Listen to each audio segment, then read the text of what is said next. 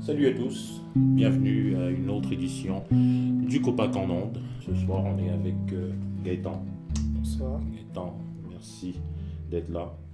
Donc, on va un peu donner à ceux qui nous écoutent, à nos membres, nos potentiels membres et nos fervents supporters, on va leur donner une idée de ce qu'on fait cette semaine ou ces prochains jours. Super, merci Franck. Donc Gaëtan Conguin, pour ceux qui ne me connaissent pas, je suis le responsable des communications du COPAC. Alors, comme on va dire grande nouvelle ou nouvelle courante en fait, c'est un grand avancement qu'on a eu justement dans les travaux de renforcement des capacités des Noirs. Mhm. Donc, pour ceux qui ne s'en souviennent pas, on avait fait une conférence le mois dernier pour Oui. expliquer en quoi ça consistait. Mhm.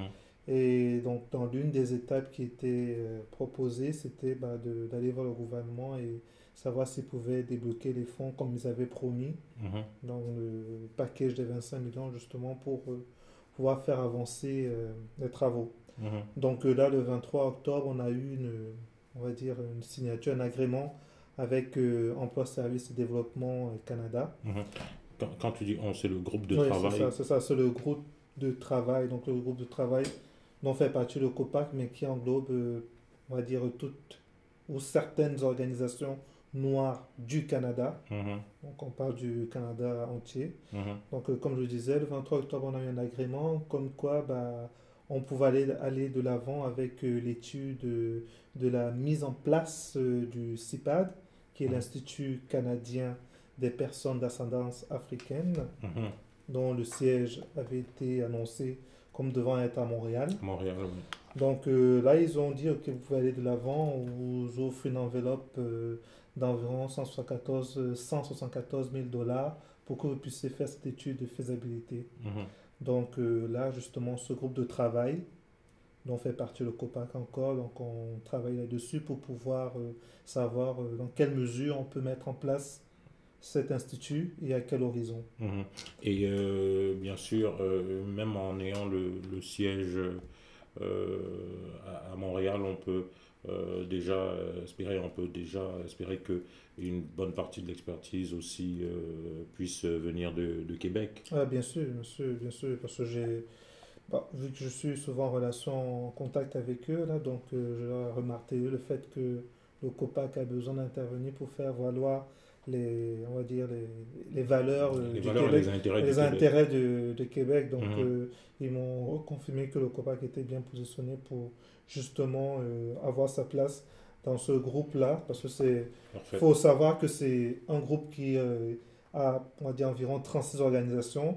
Mhm. Et dans ce groupe-là, il y a un petit comité qui est fait justement pour pouvoir guider un peu les différentes actions qui vont être prises et partagées avec les autres groupes.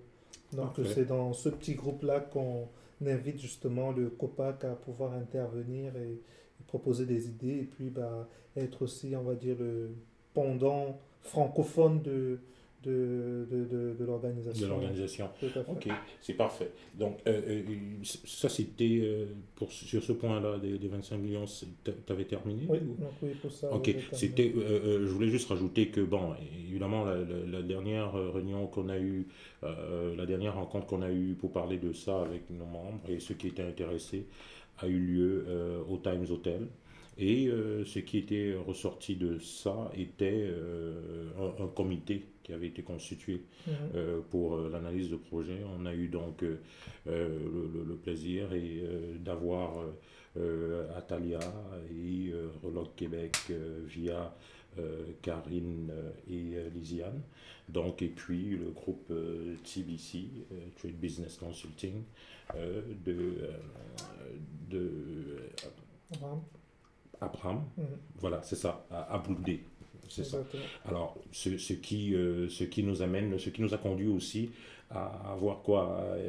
On parlait aussi d'un sondage Oui, oui, il fallait parce qu'il y en a qui ont proposé justement de faire un sondage Mhm. pour, on va faire du jeu de mots, sonder la population Mhm. noire de Pour, Québec pour savoir en pour fait savoir. quels sont les intérêts et quelles sont les idées qu'ils pourraient apporter pour améliorer la condition Mhm. socio-économique ou sociale la population noire de Québec. Donc, Ok. il y a un sondage qui va bientôt partir. Mhm. Donc, il partira probablement ce soir Mhm. avec l'infolettre aussi. Donc, je vous conseille vivement de la lire l'infolettre parce qu'on détaille un peu plus ce qu'on vient de dire là.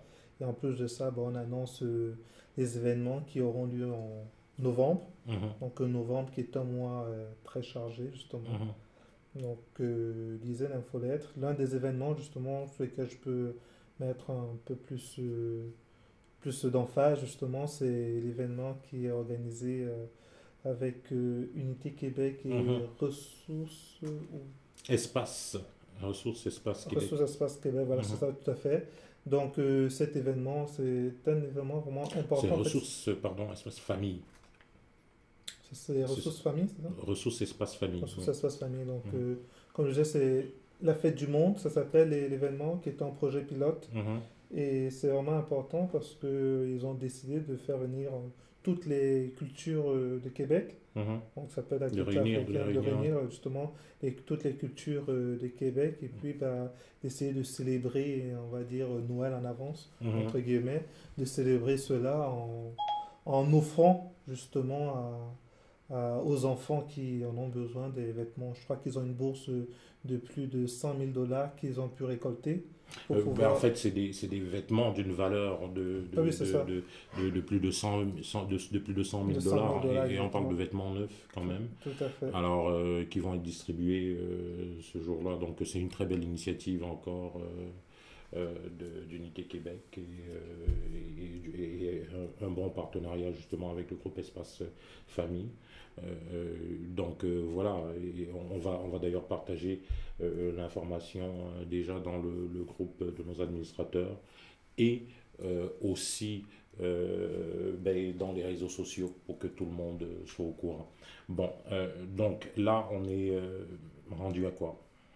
Bah, pour moi, c'était à peu près tout au niveau bah, des événements. Après, bah, ce qu'on fait, c'est on continue toujours de s'organiser parce qu'il y a plusieurs personnes qui continuent de Mhm, s'inscrire. mhm, Donc là, ce qu'il va falloir qu'on fasse, ce qu'on est en train de vouloir faire, c'est faire entre guillemets la chasse justement à l'immatriculation justement de ces différents membres-là pour que l'auto-COPA qui a lieu à chaque fin de mois puisse mhm. être fait Plus cette de fait, manière plus de valeur. transparente et plus ouverte. Donc Ok, ça mobilise du monde et puis ok, on fait nos ok. activités avec le temps qu'on a.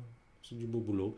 C'est du beau boulot. Et voilà, il faut aussi rappeler, et je crois que les membres et ceux qui nous suivent, pardon, auront eu cette info.